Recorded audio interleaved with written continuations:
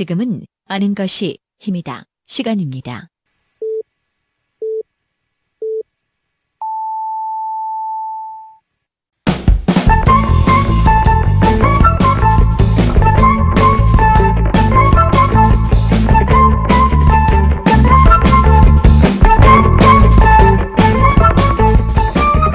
고등학교를 졸업하면 대부분의 친구들은 뿔뿔이 흩어지게 됩니다.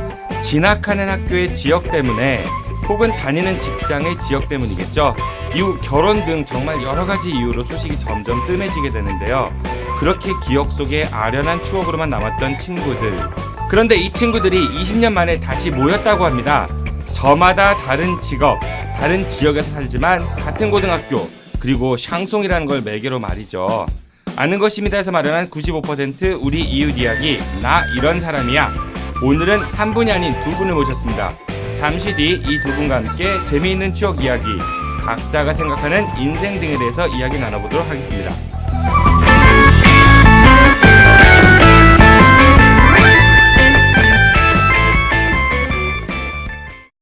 전국 최초의 지역 현안 시사 팟캐스트. 요즘 뭔 일 이슈.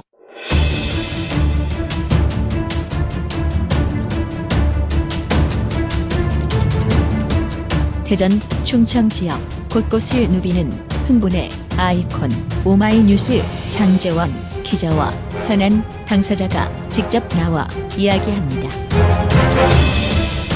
팟빵이나 유튜브에서 아는 것이 힘이다를 검색해주세요.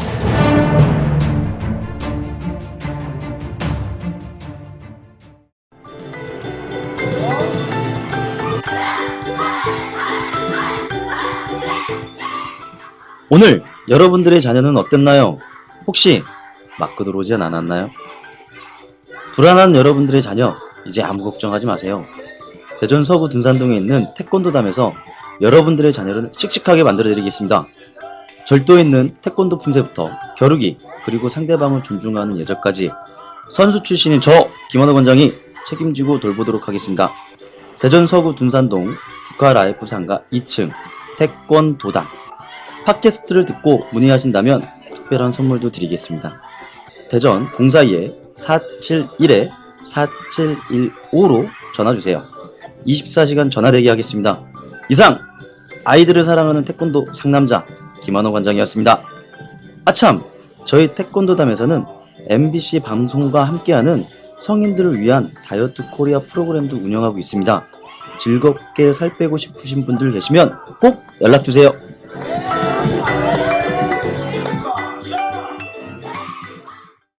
오늘 나와주신 분들 소개해드리겠습니다. 먼저 세종시에서 오셨는데요. 현재 입시학원에서 수학을 가르치고 계시는 김우한 스파르타 학원 원장님이십니다. 김 원장님 안녕하세요. 안녕하세요.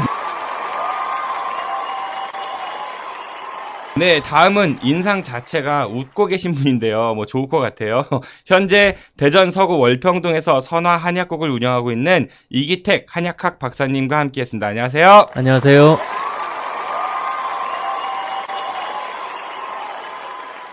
이렇게 두 분을 소개해드렸는데요. 두 분 중 학창 시절에 누가 더 셌나요? 그러니까 그 두 분 다 친구분들인데 공부는 누가 더 잘했고, 싸움은 누가 더 잘했고, 또 인기는 누가 더 많았고 그랬는지? 공부랑 싸움은 우한이가 잘했고요. 오, 진짜요? 네. 싸움 내가 잘했나? 붙어봤어요? 우리 싸우진 않았어요. 네네. 지금 한번 붙어볼까? 오늘 방송 끝나고 붙어보도록 하고 제가 후기에 올릴게요. 그리고 알겠습니다. 인기는 네. 누가 더, 그럼 인기는 우리 이기택 박사님이 더 그럼요. 많았어요? 그럼요. 예. 예, 인정합니다. 알겠습니다. 그러면 지금부터 김 원장, 이 박사와 함께하는 나 이런 사람이야 본격적으로 시작해보겠습니다. 그래요. 제가 앞에서 소개해드린 대로 한 분은 수학학원을 운영하고 계시고 또 다른 한 분은 한약국을 운영하신다고 했어요. 먼저 우리 김 원장님, 네. 어떻게 하다가 수학학원을 운영하시게 됐는지 뭐 인생 스토리를 좀 들어볼까요? 인생 스토리. 네. 어렸을 때 꿈은? 어렸을 때 꿈은 과학자였습니다. 과학자. 원래 네. 그 이과 성향이 강했었나 봐요? 네, 맞습니다. 그런데 네. 어떻게 하다가 과학과 좀 유사하다고 할 수는 있겠지만 수학 학원을 하시게 됐는지? 할 게 없어서 했습니다. 나중에 전국에 계신 수학 학원 선생님들한테 소송 들어오면 어떡하려고? 그거는 제가 충분히 뒷부분에서 수습할 수 있습니다. 아, 그래요? 할 게 없어서? 일단 들어오기 쉬웠습니다. 이 직종에. 좀 더 구체적으로 한번 말씀을 들어볼까요? 20대 후반에 변리사라는 고시를 좀 준비했었는데 그게 좀 뜻대로 안 됐고 네네. 그러다 보니까 이제 취업할 시기를 좀 놓쳐서 네. 뭐 아무래도 강사가 들어오기 쉬운 것 같았는데 저는 강사부터 시작한 건 아니고 처음부터 원장부터 시작했습니다. 오, 금수저 출신? 아니요. 공부방 원장이었습니다. 아, 공부방 선생님으로 네네. 출발하셨다고요? 네네. 네네. 그렇게 해서 월 130만 원 갖고 이제 수원에 내려와서 처음 네. 시작해서 그렇게 시작했다가 이제 공부방 한지 1년 만에 학원을 차리게 됐죠. 오, 그러면은 좀 소문이 나가지고 이렇게 학생들이 모였었나 봐요? 그때는 이제 돈을 좀 빌려서 아무튼 조금 잘 되는 것 같아서 그렇게 차리게 됐습니다. 그러면은 첫 학원이 수원에서 네, 수원 영통이었습니다. 오, 좋은 핫한 동네 아닌가요? 핫한 영통이면은? 동네였죠, 수원에서. 예. 핫한 영통에서 하시다가 그러다가 어떻게 돼? 영통에서 하다가 이제 그 옆에 동탄이라는 곳에 신도시가 생겨서 거기 더 핫한 곳 아니에요? 예, 이사를 하게 됐습니다. 동탄으로 옮기시게 된 계기는요?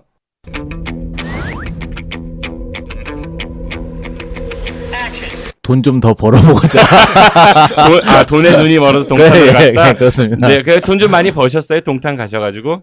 동탄 가서 거기에서 이제 좀 일 구워서 결혼 자금도 좀 마련하고 뭐 전세 자금도 마련하고 뭐 그렇게 했습니다. 예. 오, 대단한데요? 그럼 자수성가한 거네? 자수성가로 아직 성공한 건 아니고요. 자수가입니다. 예. 네, 자수했다는 얘기고요. 네, 네. 네. 그래요. 그러다가 또 세종시로 오게 됐어요. 네네. 세종시는 아무래도 대전에 제가 연고가 있기 때문에 대전에서 가까웠고 그리고 세종시를 한번 와봤는데 늘어나는 아파트를 보고 다시 한번 학생들을 여기에서 한번 서울대를 보내보고자 그런 어떤 꿈을 안고 내려오게 됐습니다. 아, 돈을 좇아서 아닙니다. 돈. 수원에서 영통에서 동탄으로 그리고 다시 세종으로 왔다. 돈이라고 하죠. 그래요. 예. 네. 지금 현재까지 자수가를 이룬 우리 예, 김 원장님이 맞습니다. 예. 그 짤막한 직업에 대한 인생 스토리를 들어봤고 우리 네. 이 박사님은 어떻게 그 외모는 뭐 청취자 여러분들 나중에 그 네이버에 검색하니까 우리 이 박사님 나오더라고요. 선화 한약국 이렇게 치면은 전혀 그 한약사 같아 보이지 않아요. 어떻게 하다가 그런 일을 어렸을 때부터 꿈이 한약에 관련된 거였나요?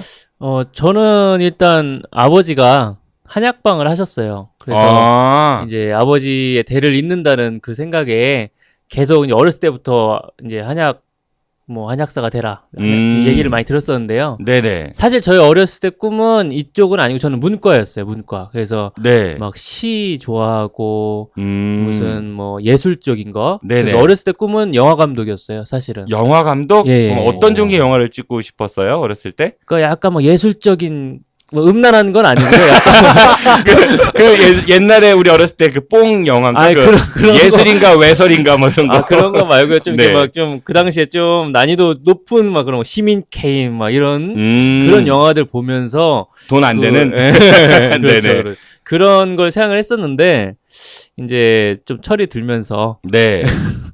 이제 직종을 바꾸게 되었죠. 그러면은 영화 감독의 꿈에서 이제 그 가업인 한약사가 그렇죠. 되겠다라는 꿈을 갖게 됐어요.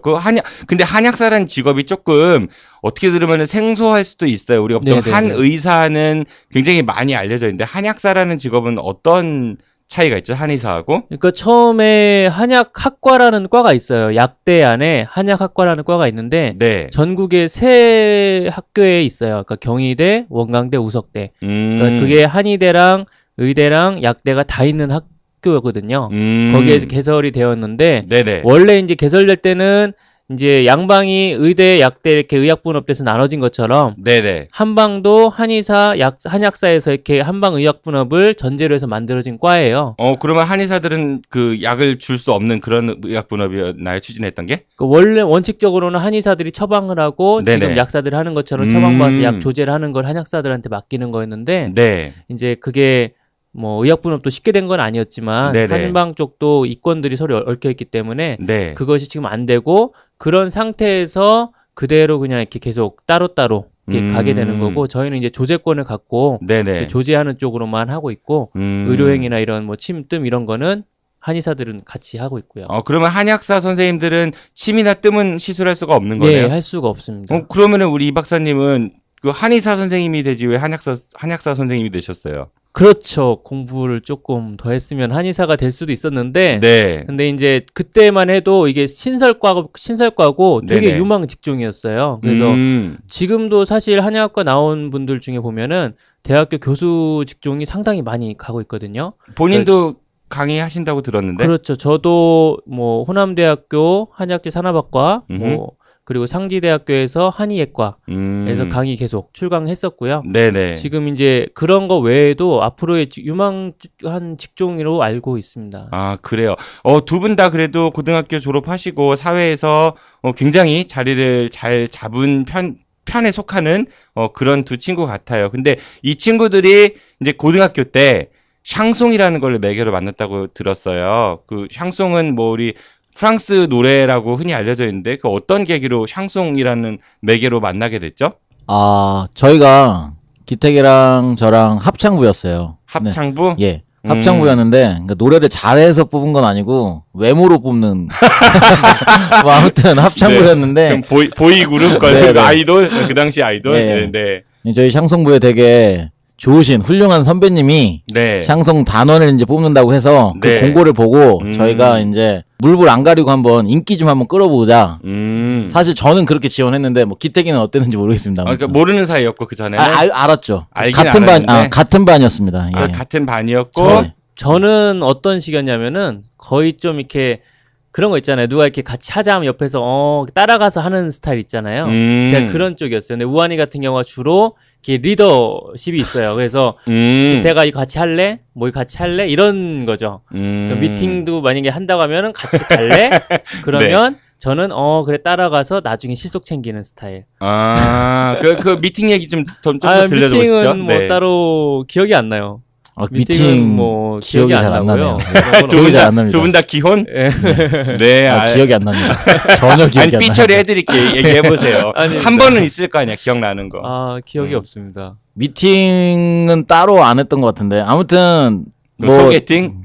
아니 뭐 아무튼 그렇습니다. 단체팅? 예. 뭐 그냥 뭐 그 수련회 같은 데 가서 뭐 배에서 다른 학교 여자들하고 뭐 그러니까 처음에 여자 부류가 있을 때 네. 말 거는 건 이제 제가 하고 그다음에 외모 담당인 이제 기택이가 나서서 정리를 하고 네. 이런 식입니다. 그럼 우리 김 원장님은 그래서 소득은 어땠어요? 저는 소득은 없죠. 그냥 말만 걸고 빠지는? 그럼요. 말만 바람잡이? 예. 그럼 이기택 그 박사는 어땠어요? 김 원장님. 가만히 있어보고. 그래서 실속을 챙겼다고 들었는데 아까 본인이 이렇게 얘기했으니까. 거기서 가장 뛰어난 여성분 손 잡고 나가는. 손 잡고 네, 나가? 그런 담당. 아니죠.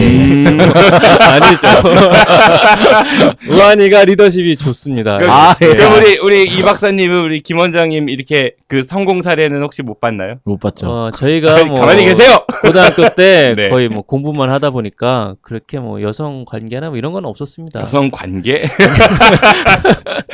그래요. 그래서 샹송반에 둘이 이제 들어갔어요. 샹송 어떻게 고등학생 때 샹송이 좀 이렇게 접하기 이렇게 쉬운 거는 아닌 것 같거든요. 그 샹송 하시면서 어떤 추억들이 좀 있나요?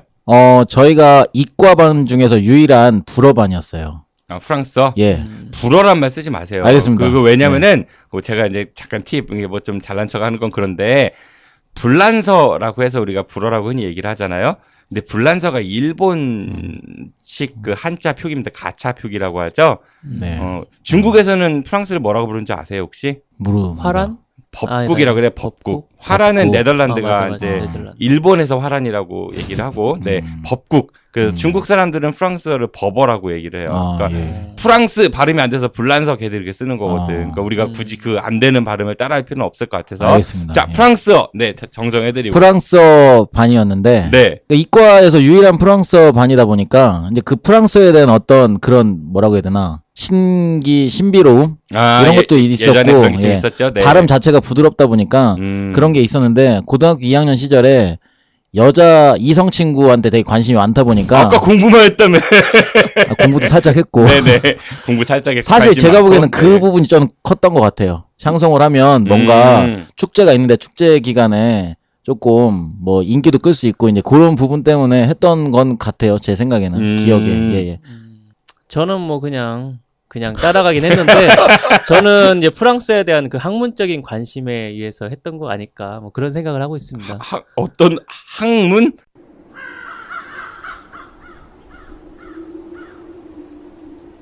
그렇죠.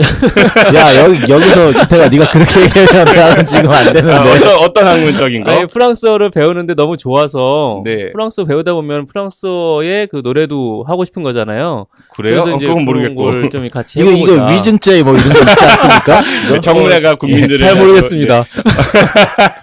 그 뭐 프랑스어 배웠다고 했으니까 뭐 간단하게 프랑스어 한마디 해줄 수 있어요?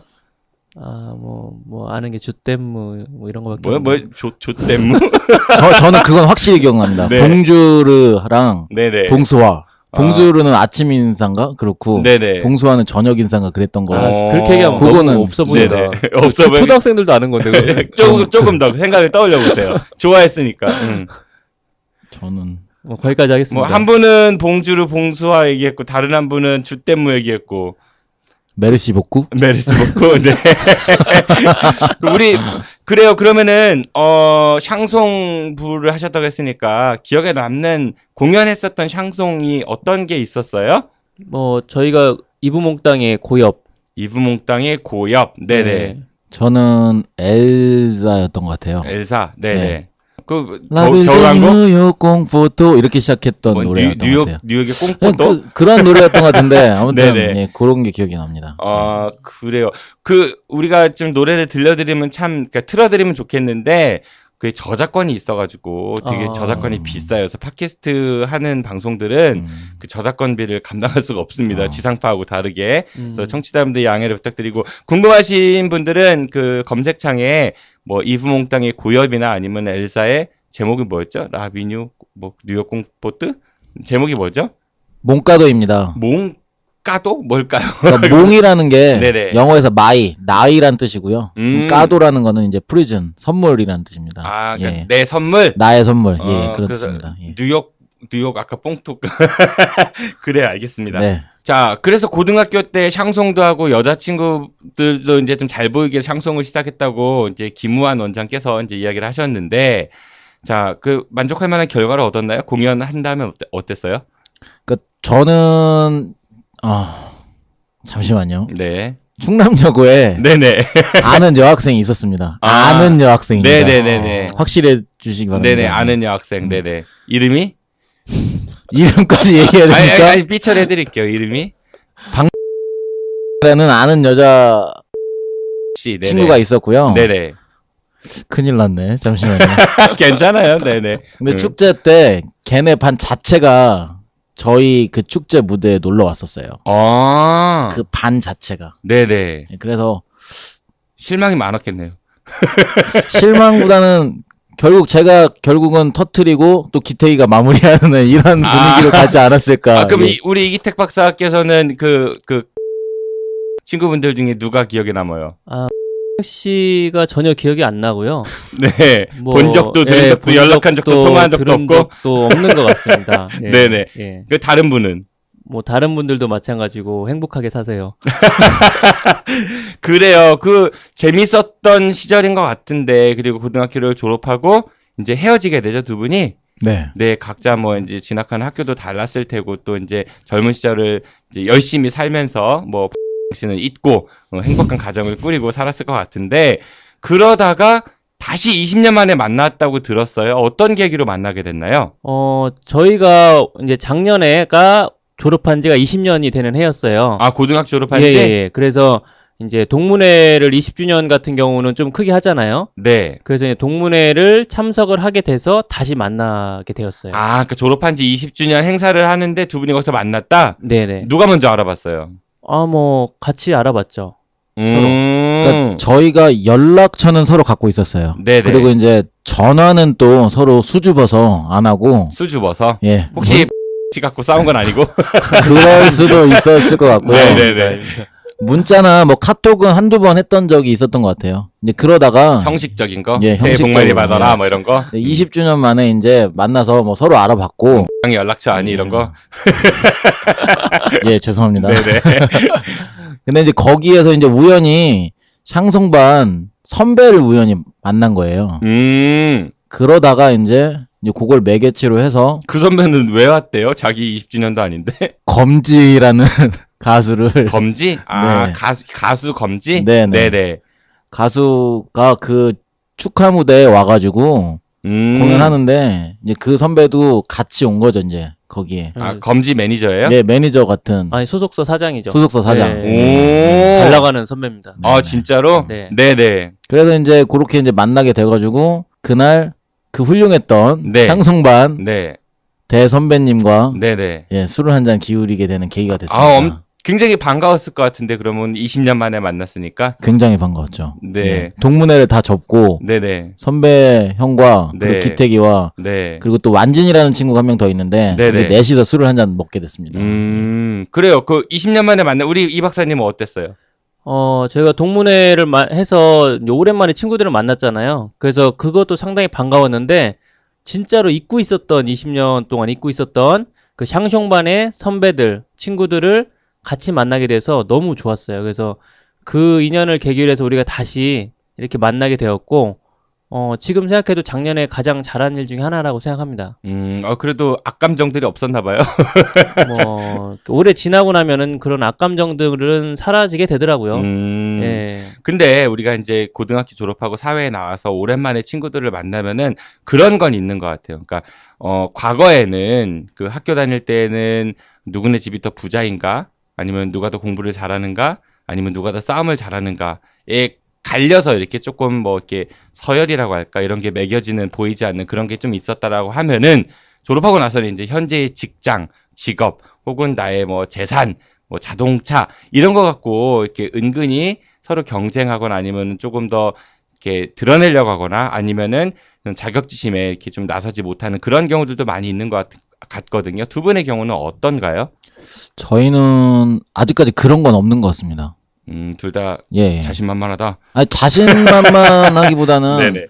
근데 고등학교 친구나 근데 저 같은 경우는 고등학교 친구나 이제 중학교 친구, 뭐 중학교 친구는 거의 만날 기회가 없지만 고등학교 네. 친구를 이렇게 만나보면 사회에서 만나는 사람들보다는 그런 어떤 지금 뭐 진행자님께서 말씀하신 그런 어떤 사회적으로 조금 찌든 그런 어떤 말은 덜 하는 것 같아요. 확실히. 그러니까 어린 시절에 그렇죠. 순수함이 예. 남아 있으니까. 예, 그러니까 추억 얘기하고 그것만 가지고도 뭐 5시간, 6시간씩 뭐 술을 한 잔 기울일 수도 있고 이런 것 같습니다. 그러니까 그래서 저는 되게 기분이 좋았고요. 그런 네네. 부분 때문에. 그래서 또 만날 수 있는 계기가 되는 것 같고 뭐 그랬었습니다. 예. 굉장히 건전한 사고를 가진 아니 근데 그런 게 이제 좀 중년 뭔가 같습니다. 예.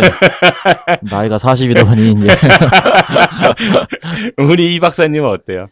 저도 마찬가지예요. 그러니까 고등학교 친구들 만나서 뭐 내가 지금 뭘 하고 있고 내 일이 어떻고 이런 얘기를 안 하거든요.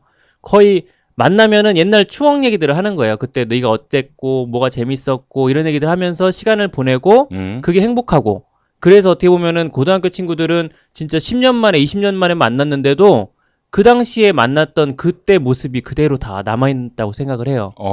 그래서 좋은 거라고 생각을 합니다. 두 분이 20년 만에 만난 지 얼마 안 되신 거죠, 그러면? 예, 맞습니다. 내년 이맘때 한번 다시 모셔야겠어요. 그 말 똑같이 하는지. 아니면 이 자식이 연락이 안 된다 뭐 이럴지. 네. 근데 이제 저는 그런 것 같아요. 이제 사회적으로 이제 좀 잰다. 이런 거는 사실 대학 친구들은 좀 있는 것 같아요. 대학교는 이제 같은 이제 성적대가 비슷한 친구들끼리 모여서 들어갔다가 이제 사회에 나왔을 때 그 과를 이용해서 이제 전공을 통해서 직장을 구하는 친구들도 있고 네. 때로는 이제 조금 벗어난 직장을 저처럼 이제 저는 이제 지구환경과학이 이제 전공이었는데 지구환경과학. 예, 네. 지구환경과학입니다. 독수리 오형제라고 하죠, 보통. 이제 그런데 이제 지금은 학원업을 하고 있으니까 그러면은 내 나이 때 이 친구가 지금 뭐 과장이고 부장인데 이럴 때 연봉이 얼마다. 근데 내가 버는 페이는 얼마다. 뭐 이런 어떤 거를 비교하는 거는 오히려 대학교 친구인 것 같고 네네. 고등학교 친구는 그거보다는 아무래도 조금 더 추억 모르겠습니다. 또 진짜 진행자님 말씀처럼 1년 후에 어떻게 될지 모르겠지만 지금은 네네. 전혀 그런 생각은 없는 것 같습니다. 네. 예. 이 박사님은요? 저도 마찬가지예요. 아, 그래요? 네. 따라가는군요. 네, 알겠습니다. 항상 따라갑니다. 그래, 우리가 이제, 여러분 두 분이 이제 중년으로 가정도 꾸리셨고, 지금 이제 한참 일을 열심히 사회활동 하시는 그런 이제 세대이신데, 지금 사는 모습들은 각자 만족하세요? 지금 현재는 일단은 만들어가는 과정인 것 같아요, 저는. 저는 목표가 있어요. 어떤 게 마흔 목표죠? 한 중반까지 네네. 지금 하는 일에 한 50%로 일을 확 줄이고 네. 나머지 50%는 제가 하고 싶었던 일을 하고 싶습니다. 지구 환경과학? 네, 지구를 지키는. 그래요? 조금 더 구체적으로 얘기해 줄 수 있어요? 지구를 지킨다는 표현은 좀 그렇고요. 농담이었고. 그러니까 저는 일단 세계 여행을 한번 해보고 싶어요. 세계 여행? 예. 근데 세계 여행을 하는데 그냥 무의미하게 뭐 관광을 하는 그런 세계 여행 말고 진짜 그 여행 기자 뭐 이렇게 블로거 하는 사람들처럼 네네. 제가 좀 특색 있게 그렇게 돌아다니고 싶습니다. 어디 특별히 좀 먼저 우선적으로 가보고 싶은 나라들이? 일단은 선진국을 한번 가보고 싶고요. 네. 그 이후에는 선진국이라 하면 어디? 예를 그러니까 들어? 유럽 쪽이나 네네. 미국 쪽을 한번 가보고 싶고 네네. 그 이후에는 이제 아프리카나 조금 개척이 덜 되어 있는 나라를 가면서 네네. 거기에서 제가 느낄 수 있는 게 좀 있을 것 같아요. 일단은 그런 쪽으로 조금 컨셉을 잡고 그렇게 여행을 한번 가보고 싶은 게 있습니다. 그러니까 약 한 5, 6년 후에는 우리 김화 원장님은 학원 일을 조금 줄이고 예. 그리고 이제 여행 작가의 길을 한번 가보고 싶다. 예, 예. 알겠습니다. 우리 이 박사님은 어때요? 예, 저는 결혼을 좀 일찍 한 편이에요. 또래에 비해서. 그래서 큰애가 이제 6학년이 되고요. 네. 예, 그래서 가정도 아이들도 많이 컸고 이제 가정도 많이 좀 안정이 됐고요. 일단 저 직업 같은 경우가 좀 이제 좀 이렇게 약간 어떻게 보면 좀 편안한 직업이에요. 그렇게 많이 힘들고 노동을 필요로 하는 건 아니고 앉아서 이렇게 진맥하시고 앉아서 뭐 약 조제하고 손님도 이렇게 많이 오는 것 그런 것도 아니기 때문에 네. 그래서 이제 제 여가 시간도 많이 갖게 돼요. 뭐 기타를 배운다든지 네네. 혹은 뭐 운동을 한다든지 네. 그래서 지금처럼 이렇게 잘 살면서 조금씩 다른 것들 더 내가 할 수 있는 것들 또 새로운 만남들 이런 네. 것들을 할 수 있었으면 좋겠습니다. 그래요. 뭐 두 분이 일단은 지금 현재 사는 모습들은 서로 이제 각자 인생에 만족을 한다고 대체적으로 말씀을 주셨고, 우리 뭐 한약사님 계시긴 하지만은 건강하시죠? 두 분 아직 젊으시니까? 네, 건강합니다. 네. 건강합니다. 네, 알겠습니다. 앞으로의 20년, 그러니까 지금은 40대 초반이시니까 이제 60대를 생각하는 두 분의 어떤 우정이나 아니면 인생에 대해서 좀 이야기를 들어보고 싶거든요. 우리 김 원장님부터. 네, 20년 후에 나는 어떤 모습으로 있었으면 좋겠고, 그리고 우리 사회는 어땠으면 좋겠고, 그리고 또 이제 이 박사님과는 어떠한 인연을 이었으면 좋겠다라는 말씀 좀 들려주시겠어요? 일단 뭐 개인적인 좀 얘기를 해보자면 60세가 되면 배낭을 싸고 있었으면 좋겠어요. 배낭을 싼다? 이거 이제 조금 상징적인 집에서 말인데. 쫓겨나갖고. 아, 예. 네네. 그러니까 이제 배낭을 싼다는 말은 그러니까 이제 언제든지 제 청춘처럼 네. 다시 또 배낭을 메고 갈 수 있는 그런 어떤 삶을 살고 싶고요. 네네. 그때가 되면 뭐 애들도 많이 컸을 거고 와이프도 이제 나이가 들어서 있을 텐데 와이프랑 손잡고 갈 수 있는 어떤 그런 청춘에서 할 수 있는 그런 걸 계속 하고 싶어요. 70살까지는. 70살까지? 예, 개인적으로는 그런 어떤 생각이 있고요. 네네. 그리고 이제 사회적인 부분은 다시는 지금 작년과 같은 작년 말에 일어났던 그런 어떤 사건이 없었으면 하는 바람이 있습니다. 작년 말에 일어났던 사건이라 하면은 국정농단을 말씀드리는 겁니다. 그 박근혜 정부의 최순실 등에 의한 국정농단 사실 사건. 네네. 정치에 관해서 그렇게 많이 네. 애착을 갖고 뭐 보거나 이러진 않았는데 사실 제가 근 한 달 동안 진짜 뉴스만 계속 봤거든요. 이만큼 관심이 있었던 적이 없었던 것 같고 네네. 그러니까 우리나라가 진짜 이대로면 안 될 것 같다. 물론 제가 뭐 광화문에 나가서 뭐 촛불 집회를 참여한다든지 이거는 여건상 못했지만 네. 그래도 항상 숫자도 세보고 몇 명이 참가했는지 그렇게 했는데 제 이 가슴 속에 있는 어떤 그런 뜨거운 것들이 있었던 것 같아요. 그래서 이제 그때쯤이면 제 자식들이 이제 제 세대를 이어가지고 이제 활동을 할 텐데 그때는 이제 이러지 않았으면 하는 어떤 사회적인 그런 좀 생각이 좀 있습니다. 네, 알겠습니다. 우리 이 박사님은 어떠신가요? 제가 며칠 전인가 인터넷에서 본 게 있는데요. 중국에서 81살 되신 그 할아버지가 모델을 하시는 분을 봤어요. 근데 그분이 그런 말씀을 했다고 하시더라고요.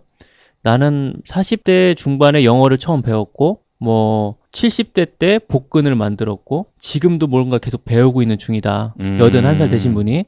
그러니까 저도 그렇게 생각을 해요. 제가 60이 되건 70이 되던 저는 계속 배우고 싶고 항상 계속 생각을 하고 노력을 하고 새로 시도하는 게 중요하다고 보거든요. 네네. 나이가 들었다고 해서 그냥 그대로 머물러만 있지 않고 계속 새로운 도전을 했으면 좋겠습니다.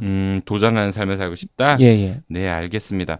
끝으로 제가 그 두 분의 인생과 직업에 관해서 이걸 좀 여쭤보고 싶어요. 우선 우리 김우환 원장님께 여쭤보겠는데 학원 강사들 있잖아요. 이제 선생님들 같이 이렇게 하시는 네. 학원 선생님들이 생각보다 굉장히 그 직업의 지위가 그 네. 안정성이 좀 불안정하고 네. 이직률도 상당히 높고 또 이제 선생님들 받는 이제 급여가 편차가 굉장히 심하다고 들었거든요. 네. 어떤지요, 그 실정이? 이거는 학원의 빈부의 격차가 있는 것 같습니다. 그러니까 제가 음, 보기에는 모든 직종에 빈부의 격차가 있다고 네. 생각하거든요. 이 자본주의 사회에서는. 네네. 근데 학원도 그게 마찬가지인 거고, 그러니까 보통 뉴스에서 이제 학원 사교육을 규제한다고 하는 거는 제가 보기엔 대부분 강남 쪽에 몰려 있다고 생각해요. 지방에는 그 정도까지는 아니고, 그리고 학원비도 그렇게 비싸지도 않고, 이제 그러다 보니까 거기에서 나오는 어떤 강사들의 편차가 충분히 있다고 그렇게 생각합니다. 근데 이제 이게 이제 그 수용자 입장에서는, 그러니까 학원에 자녀를 보내는 부모님들 입장에서는 학원비가 비싸다고 생각하시는 분들도 많으세요. 그렇죠. 많으시죠. 왜냐면 이제 지금 이제 1월인데 예를 들어서 겨울 방학이 시작하면 학원에서는 우르르르 이제 특강을 해요. 그러니까 이제 기본 수강료를 낼 때보다 오히려 1월이 되면 수강료를 내는 경우가 더 많이 내는 경우가 많은데 네. 이런 경우에 제가 수강료를 받지만 제 입장에서도 아, 돈을 많이 내는구나. 이런 생각들이 들 때가 많습니다. 사실. 네. 그래서 뭐 사교육을 줄여야 된다 이런 말에 국가적인 어떤 정책을 저는 동조는 해요, 사실. 네. 제가 이 직종에 있지만. 네네. 그렇지만 이제 저는 이제 어떤 사명감을 갖고 있냐. 이 학생이 들어왔을 때 이 학생이 뭐 수학을 하든 영어를 하든 충분히 실력을 올려놓고 네. 그러니까 지금 우리 지금 시스템 자체가 지금 사실 선진국처럼 좋은 시스템은 아니잖아요. 지금 교육 시스템이. 그렇지만 이제 여기서 충분히 이 시스템 안에서 이 학생들을 실력을 늘릴 수 있는 방법을 찾고 그런 거에서는 사명감이 있는 것 같습니다. 근데 연결해서 한번 질문을 드려볼게요. 네. 교육이라는 거는 어떤 공적인 영역이 굉장히 강한 측면이 많잖아요. 네네. 근데 학원이 과연 교육기관인지 아니면은 이른바 사업을 하는 그 이윤을 추구하는 곳인지. 그거는 두 가지가 존재합니다. 예, 물론 공존합니다. 이제 그렇게들 예. 이야기를 하는데 네네. 뭐 한편으로 생각하면은 돈이 있는 만큼 아까 말씀하신 대로 더 많은 실력을 향상하기 위해서 그런 이제 일종의 교육 상품을 구매하는 거잖아요. 네네. 그리고 이제 돈이 없거나 네. 경제적으로 이제 불충분하면은 네. 그런 기회조차 가질 수 없는 거잖아요. 근데 교육은 공적 영역이라고 아까 이제 공감을 하셨었고 네네. 그러한 부분에 있어서 좀 이익을 담당한다는 그런 의견도 좀 있는 것 같고 덧붙여서 방학 때 이제 좀 밀린 그런 공부나 아니면은 실력을 보충하기 위해 특강들을 진행을 많이 하시는데 네네. 반대로 생각하면은 뭐 이렇게 표현하면 좀 제가 굉장히 죄송스럽긴 하지만은 네네. 뭐 물 들어왔을 때 노적을 하고 네네. 뭐 그때 더 많은 수강료를 책정을 해서 더 많은 네네. 수입을 올려야 하는 시즌이라는 그런 이야기들도 많이 있는 것 같거든요. 네네. 그러니까 이거는 교육청에 가면 네네. 분당 단가가 나와 있어요. 네, 그렇죠. 학원료 네네. 학원 수강료에 대한 분당 단가가 나와 있고 이제 그거를 편법으로 해가지고 이용해서 많이 책정하는 경우가 많은데 근데 제가 보기에는 지금 일단 법 테두리 안에서는 뭐 할 수 있는 부분은 할 수 있다고 생각을 합니다 저는 네. 사실. 그런데 이제 그러니까 물론 경제 활동을 하는 거는 누구나 그렇죠. 자유의 예. 영역인데 네네. 이제 교육이라는 게 어떤 공적인 영역에 있어가지고 그러니까 기회의 균형성이라는 측면에서 봤을 때 학원 수강료를 납부할 만큼의 여유가 없는 사람들의 경우는 그러한 기회를 얻을 수 있는 게 원천적으로 차단이 되는 그런 네네. 사회적 구조에 있어서 이익을 담당하지 않느냐 이제 그런 이야기가 있다는 거죠.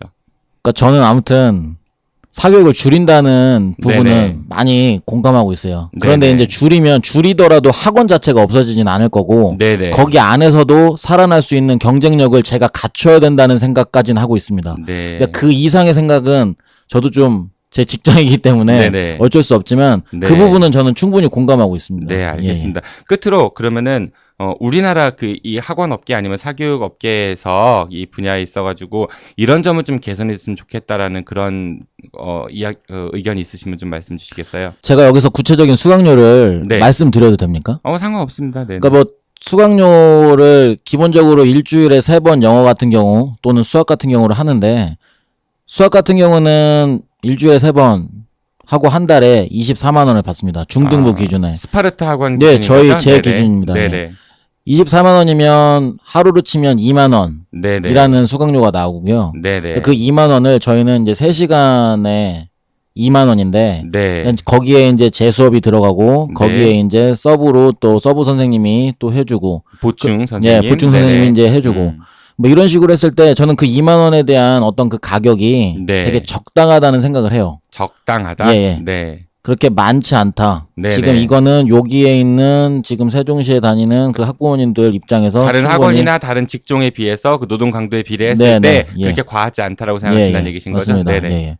그런데 보통 이제 언론에서 나오는 어떤 그런 사교육을 줄이자라는 거는 네네. 강남에 나오는 이제 초등학교 때부터의 어떤 강한 영어 교육 몇백만 이런 원씩 것도, 하고 뭐 예, 이런 거. 그렇죠. 네네. 이제 그런 것 때문에 사실 일부 매도가 되는 경우가 되게 많다고 생각합니다. 사실. 그래서 저는 적당한 가격에 적당한 어떤 그런 정당한 어떤 경쟁을 통한 네. 학원업은 저는 충분히 뭐 환영받을 일이라고 생각을 하는데 네네. 이제 그런 어떤 일부 매도가 되는 부분 때문에 네. 안 되는 건 좀 안타까운 생각이 듭니다. 네, 예. 알겠습니다. 좀 곤란한 질문도 많이 드렸는데 그래도 성심껏 답변해 주셔가지고 굉장히 감사드립니다. 네.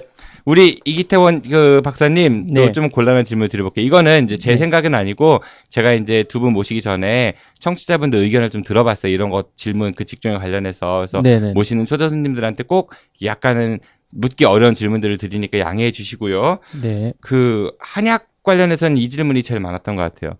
진짜 한약이 효과가 있냐? 먹어보니 별 그런 효과가 없는 것 같더라. 라는 이야기가 있어요. 양약은 예를 들어가지고 한번 딱 감기 뭐 어디 아파 그럼 먹으면 딱 뭐 진통제를 먹든 아니면 뭐라든 확 효과가 나타나는데 한약은 효과가 있는 건지 자연 치유되는 건지도 모르겠고 그리고 또 약값이 너무 비싸다 이런 얘기가 있어요. 네네. 그러니까 예, 한약에 이런 말이 있어요. 한방에 약식 동원이란 말이 있어요. 약식 동원? 네. 약이랑 그 음식이랑 네네. 그 근본 뿌리는 같다. 한약으로 봤을 때는. 네네. 왜냐면 한약재 자체가 다 재배하는 거예요.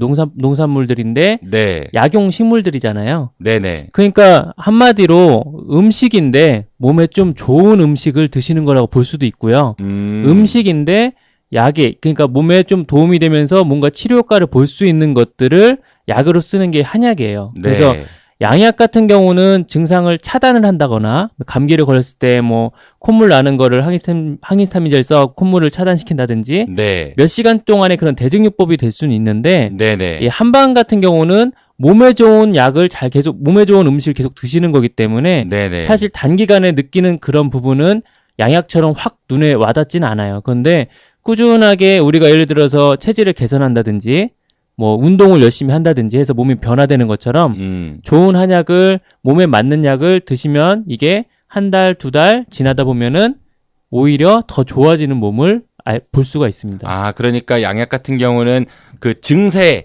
맞춰가지고 그거를 억제하는 대증요법 이런 거지만 한방 같은 경우는 예. 그러니까 그 근원 뿌리의 체질을 바꾸기 위해서 좀 시간이 그렇죠. 필요하고 그러니까 이런 것이다. 한방에서의 치료 개념은 이제 자기의 몸, 우리 네네. 몸에 항상성 있잖아요. 네네. 스스로 치유하려는 그런 성질이 있는데 그런 치유하려는 성질을 최대한도로 강화시켜주는 약이라고 볼 수도 있어요. 그러니까 네. 우리가 흔히 말하는 보약이라는 개념이 그거예요. 내 내 몸의 기능이라든지 내 몸의 기를 올려줘서 내 스스로 이겨낼 수 있게 하는 능력. 그러니까 병이 온 거를 그 병원균을 직접적으로 표적을 해서 치료하고 그걸 억제하고 이런 것보다는 네. 내 몸의 기능이라든지 이런 걸 올려줘서 내 몸이 스스로 병을 이겨낼 수 있게 하는 그런 쪽이 어떻게 보면은 좀 더 한약과 더 연관성이 있다고 생각이 됩니다. 덧붙여서 이런 질문도 또 많았던 것 같아요. 네. 한약사 선생님들은 한의사 선생님들도 마찬가지고 몸이 불편할 때 병원을 가세요 아니면 본인이 약을 지어 드세요? 일단은 가벼운 거 예를 들어서 감기 같은 경우는 이제 병원에서도 그게 뭐 치료약은 아니잖아요. 증상만 심할 때 네네. 잡아주는 거니까 그런 거는 저희가 직접 이제 다려서 그걸 치료를 하고 하지만 네. 이제 예를 들어서 내가 뭐 큰 병에 걸렸다든지 아프다고 하면 당연히 병원 가야죠. 병원 가서 네. 치료받고 다리가 부러졌는데 내가 뭐 고약을 바르고 이렇게 할 수는 없는 거고요. 네네. 저도 운동을 하다가 자주 삐고 하면은 이제 뭐 병원도 가고 네. 치료도 받고 합니다. 알겠습니다. 마지막 질문입니다. 한약 왜 이렇게 비싸네요? 아, 한약이요. 네. 사실 예전엔 진짜 많이 비쌌던 건 사실이에요. 그런데 지금 보면은 예전에 비해서는 상대적으로는 많이 싸졌어요. 그러니까 과거에 비해서는 예, 왜냐면은 예전의 약값하고 지금의 약값, 약 재료값 비교를 해보면은 거의 뭐 못해도 3배, 4배 이렇게 올라왔거든요. 원재료 값이 옛날보다 그렇죠. 3-4배 올랐다? 예, 예를 들어서 예전에 이제 진피라고 해서 귤껍질 같은 경우는 한 근에 뭐 한 500원, 700원 했어요. 네. 지금 한 3,000원, 4,000원 하거든요. 음. 그렇게 많이 올랐는데 그에 비해서 그 약 예를 들어서 한제, 보약 한제를 다린다든지 했을 때 그 가격이 뭐 20년 전하고 지금 비교했을 때 그렇게 차이가 많이 안 나요. 아, 그러니까 2배도 안 돼요. 거의. 약값은 거의 안 올랐는데 재료값은 그렇죠. 많이 올랐기 재료값이 때문에 오른 거에 상대적으로 비해서는 약값은 그렇게 많이 오르지는 않았습니다. 예. 아, 네, 알겠습니다. 다소 불편할 수도 있었는데, 아닙니다. 네, 네, 예, 예. 성실히 답변해 주셔서 감사드리고요. 네, 지금까지 김우한 그 스파르타 학원 세종 원장님과 이기택 그 선화한약국 박사님과 인생 이야기 나눠봤습니다. 계속해서 두 분과 함께 우리 사회에 대해 잠깐 좀 이야기를 나눠볼 건데요. 제가 직업에 대해서도 좀 전에 두 분께 질문을 드렸었지만은, 아까 우리 김우한 원장께서 그런 얘기 하셨어요. 그 작년 말에 있었던 그런 사태가 다시는 일어나지 않았으면 좋겠다. 뭐 이런 이야기를 주셨는데, 혹시, 두 분은 촛불 집회에 나가본 적이 있으신지요? 없습니다. 저도 나가본 적은 없습니다. 아, 그래요. 그냥 마음속에 그런 그 마음은 있지만, 그 직접 참여는 아직 못하셨다는 얘기인데, 네네. 왜 우리나라에 이런 사태가 왔다고 생각하시는지요? 제가 보기에는 그냥 자본주의의 병폐인 것 같습니다. 자본주의의 병폐? 네. 조금 더 구체적으로 설명을 그러니까 들어볼까요? 자본주의라는 것 자체가, 그러니까 자본주의, 민주주의 이거가 공산주의랑 다르잖아요. 이제 그러니까 돈을 자기가 일한 만큼 돈을 가져가고, 그리고 이제 그게 이제 자본주의의 기본이라고 생각하는데, 그렇죠? 공산주의는 이제 자기가 열심히 일해도 평등하게 부를 가져가고, 네. 이게 이제 공산주의인데, 그 민주주의가 이제 그런 게 이제 계속 빈부의 격차가 커지다 보니까 이제 현대에 들어오면서 그런 뭐라고 해야 되나? 공산주의틱한 어떤 그런 걸 가져오게 되죠, 이제. 그래서 복지를 한다든지, 네. 다른 사람한테 이제 세금을 더 많이 걷어가지고 이제 분배를 하는 형식의 이제 그런 거를 하는데, 제가 보기에는 그런 어떤 자본주의가 너무 강하다 보니까 그걸 갖다가 있는 사람들이 더 찾아가려고 하고, 지키려고 하다 보니까 거기에서 이제 비리가 나오고 네. 부정이 나오고 그래서 이제 일어나는 것 같습니다. 그러니까 예. 자본주의의 폐해로 인해서 그 계층 간의 갈등이 너무 심화되다 보니까 격차도 커지고 그러다 보니까 이런 문제가 좀 발생한 것 같다 말씀을 주셨는데 네. 우리 이태 박사님은 어떻게 생각하세요?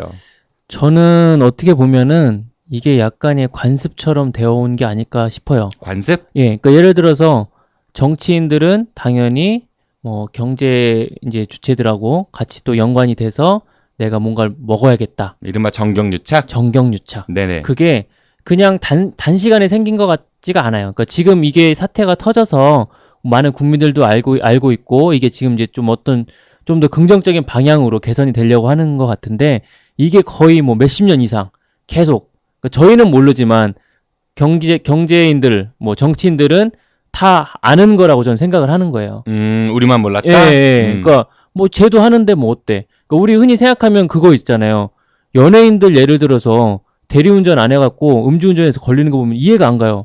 그 돈 많은 사람들이 왜 대리를 안 불러? 그러게요. 그냥 대리 부르면 되지? 네. 그렇게 생각을 하는데 그건 거예요. 그냥 내 옆에 애도 하고 쟤도 하는데 뭐 나는 어떨까? 이런 거 같은 느낌이 드는 거예요. 그러니까 지금 네. 이런 정경유착이 일어나는 것들도 저런 걸 왜 할까? 걸리면은 인생 망할 텐데. 네네. 정치한 사람이 저렇게 해갖고 저렇게 짧게만 보고 할 수 있을까 하는데 주변 사람들이 다 한다고 생각하면은 자기도 할 수 있는 거 아닐까 이런 것들이 너무 오랜 기간 동안 이렇게 비리가 네네. 이어져 온 게 아닌가라는 생각이 듭니다. 네, 알겠습니다. 두 분 아주 그 사회에 대한 문제의식이 상당히 수준이 높으세요. 네, 그래가지고 제가 준비했습니다. 두 분께 미리 말씀 안 드렸는데 깜짝 퀴즈를 한번 드리려고 그래요. 세 문제를 드릴 거고요. 우리 오늘 그 방송 끝나고 저녁 같이 먹기로 했잖아요. 네. 그 세 문제 중에 두 문제를 맞추시는 분이 이기는 거고 한 문제밖에 못 맞추신 분이 전화값을 내는 겁니다. 자, 준비되셨죠? 강제적으로 되는 건가요? 네, 제 맘대로입니다. 알겠습니다. 자, 우리 김우환 원장님은 자, 구호를 스파르타 학원이니까 스파라고 하시고 알겠습니다. 그다음에 우리 이기택 박사님은 선화한약국이니까 선화라고 하시면 돼요. 네. 정답을 아시는 분은 먼저 외치시면 됩니다. 자, 준비되셨죠? 네. 첫 번째 질문입니다. 이 사람은 미국에서 부동산 임대업 하는 회사에서 일을 했어요. 아버지 성함이 반기상 씨고요. 이분의 추천으로 경남 기업이 베트남에 보유했던 랜드마크 70이라는 건물 매각 일을 맡게 됐습니다. 하지만 카타르 투자청에 투자 의향서를 조작해서 중간에 공범들과 돈을 가로챘던 혐의로 얼마 전 미국 검찰에 의해 기소됐는데요. 미국 검찰은 최고 62년형으로 기소했다고 알려져 있습니다. 미국 이름이 데니스입니다. 이 사람 이름은 무엇일까요? 스파. 스파! 네. 이 이름은 돼도 되나? 괜찮습니다. 반기문. 반기문? 아닙니다. 네. 안타깝고요. 네. 기회는 우리, 네. 이기택 네, 박사님. 선아! 네. 성환종 씨. 반기상 씨 아들이 성환종이에요. 네, 정답은 반주현 씨입니다. 반기문 전 유엔 사무총장의 조카가 어떤 비리 뭐 이런 얘기가 있었잖아요. 맞다. 네, 반주현 씨고요. 이거 너무 어렵습니다. 네. 뭐가 어려워요? 뉴스에 계속 나오는데요, 지금. 하루 종일 뉴스 본다면서요. 저는 안 봅니다. 네. 자, 지금 두 분 다, 네, 문제를 못 맞힐 두 번째 문제입니다. 작년부터 불거진 한반도 사드 배치 결정이 많은 논란을 낳고 있습니다. 박근혜 정부에서는 한반도에 사드를 배치하는 것이 북한의 핵미사일 위협으로부터 우리를 보호할 수 있다는 명분으로 경북 성주와 김천 인근 롯데골프장에 사드 배치를 추진하고 있는데요. 한편 이에 반대하는 입장에서는 사드가 실질적으로 북한 미사일 방어에 별 효과가 없고 오히려 중국 등을 자극해서 국익에 막대한 손해를 끼친다고 이야기를 하고 있습니다. 최근 더불어민주당 송영길 의원 등이 중국에 방문해서 이 문제에 대해 중국 외교부와 심도 있는 대화를 나눴다고 하는데요.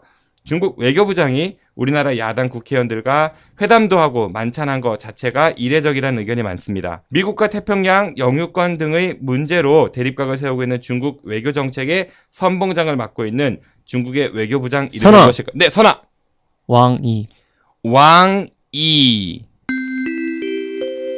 정답입니다. 네, 이에요. 네, 우리 이기택 원장이 한 문제 더 맞추면은 뭐 자연스럽게 그리고 만약에 김우환 원장께서 맞추시면은 그러면 5대5로 나누면 되겠네요. 네. 이게 스피드입니까? 네, 세 번째 마지막 문제입니다. 최순실의 딸 정유라의 이화여대 부정 입학과 학점 특혜 사건에 대해 특검의 조사가 점점 정점에 다다르고 있습니다. 특검은 필명 이인화로 더 잘 알려진 유철군 교수를 구속한 데 이어서 당시 이화여대 입학처장이었던 남궁곤 교수까지 구속시켰습니다. 그리고 얼마 전 청문회에서 모르쇠로 일관했던 이화여대 전 체육학장인 이 사람을 소환했는데요. 특검의 출두 당시 청문회 때와는 너무나 달라진 모습에 현장 취재 기자들도 스파 김경숙 정답입니다. 네. 1대1이에요. 제가 뭐 예비 문제를 준비를 안 해가지고 예비 문제 하나 그래도 드릴까요? 아니면 여기서 마감할까요? 반반하자, 우리. 좋습니다. 네, 그럼 1대1로 정리를 하고요. 사이가 좋으신 것 같아요. 네. 그래요. 이제 우리 점점 시간도 얼추 많이 지나갔고 이제 정점에 다다르겠습니다. 우리 방송도 제가 이 질문 드려볼게요. 두 분 혹시 나중에라도 정치해보고 싶은 생각 있으세요? 저는 네버. 절대 없다? 예, 우리 이기택 박사께서는? 하고 싶지 않습니다. 제가 추구하는 행복한 삶에 포함이 되지 않습니다. 네, 우리 김우환 원장께서는 어떠세요? 저는 조금 있었습니다. 한 2, 3년 전쯤. 어떤 쪽으로 출마? 아니 뭐 출마라기보다는 네.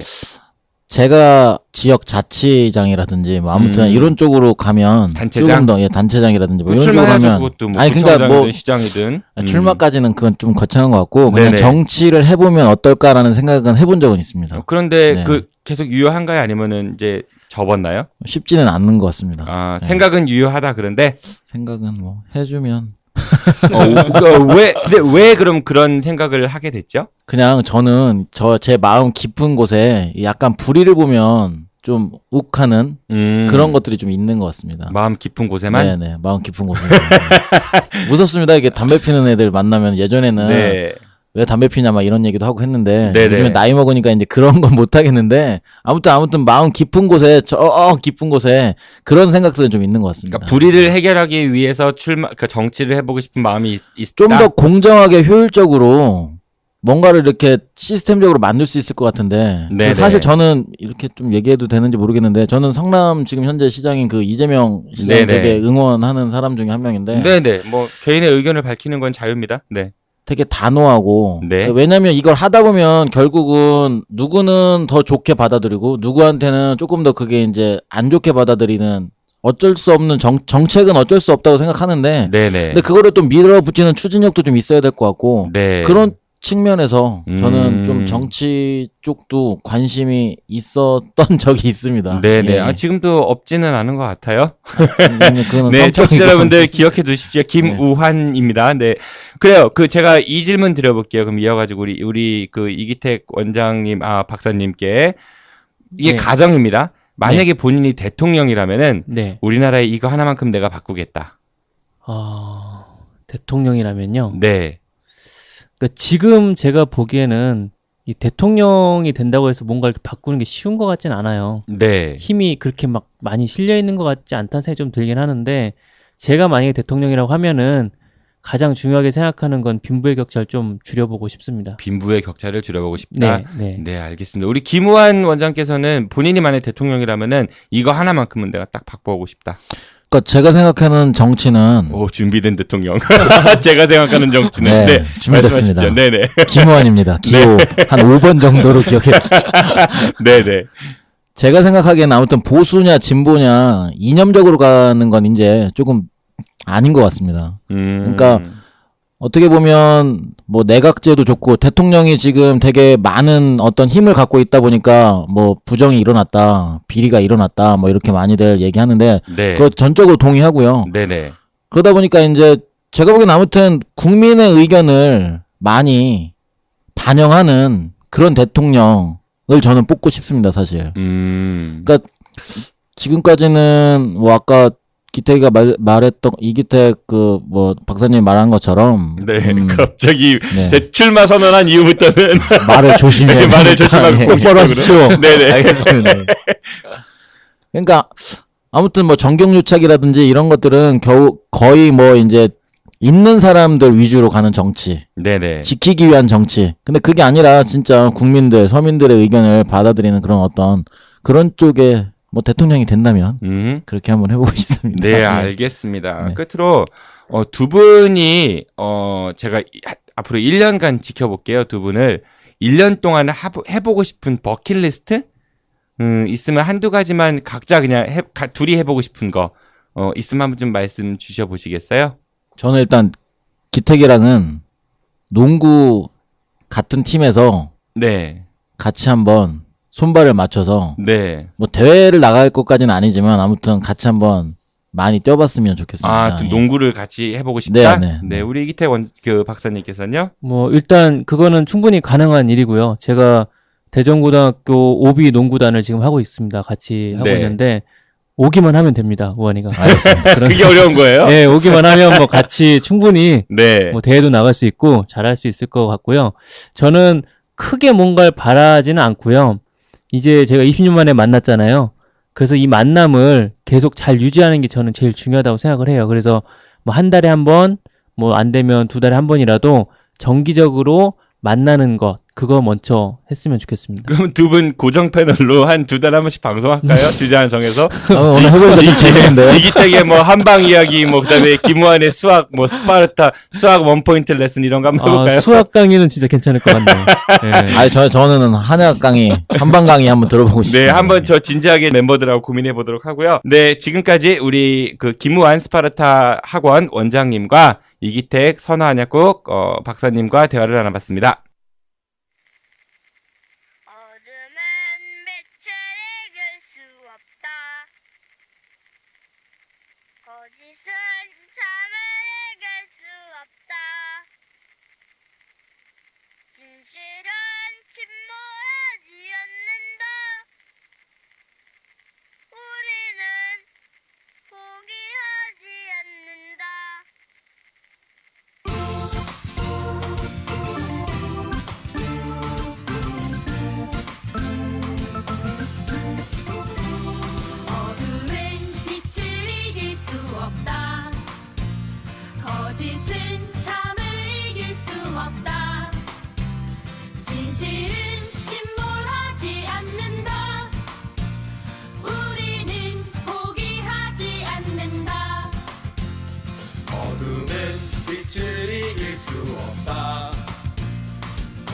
거짓은 참을 이길 수 없다.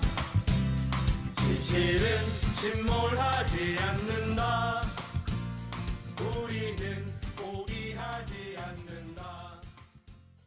벌써 이렇게 시간이 많이 흘렀습니다. 밤을 새도 모자랄 지경 같아요. 근데 이제 마칠 시간입니다. 가시기 전에 마지막으로 한 말씀씩 좀 부탁을 드려볼게요. 우리 김호환 선생님부터요. 저는 뭐 다른 거보다는 여기 초청해 주셔서 너무 감사하고요. 와주셔서 감사합니다. 네네. 이거 뭐 제 선배님, 아까부터 제가 그 훌륭하신 샹송부 선배님이라고 이렇게 하는데 그 얘기하면 안 되는데? 그분이 바로 정진호 여기 앞에 계신 진행자님이시고 아는 것이 힘이다.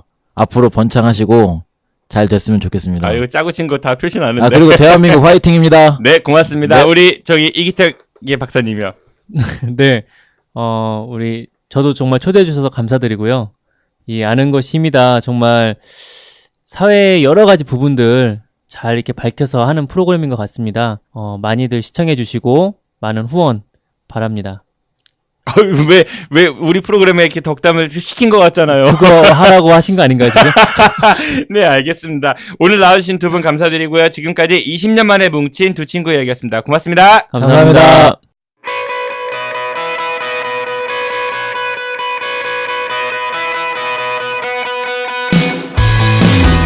10년이면 강산이 변한다고 했죠. 요즘같이 변화가 빠른 시기에는 10년이 채 가기도 전에 강산이 많이 변하는 것 같습니다. 대부분의 사람들의 손에 들려있는 스마트폰.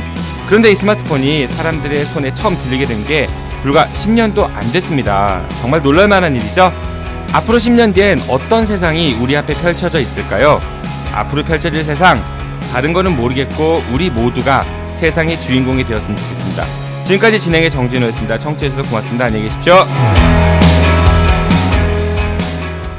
끝난 줄 알았지. 여러분의 참여를 기다립니다. 팟빵이나 유튜브, 페이스북에서 아는 것이 힘이다를 검색해 주세요. 청취 후기나 출연 신청, 제보 모든 것을 환영합니다.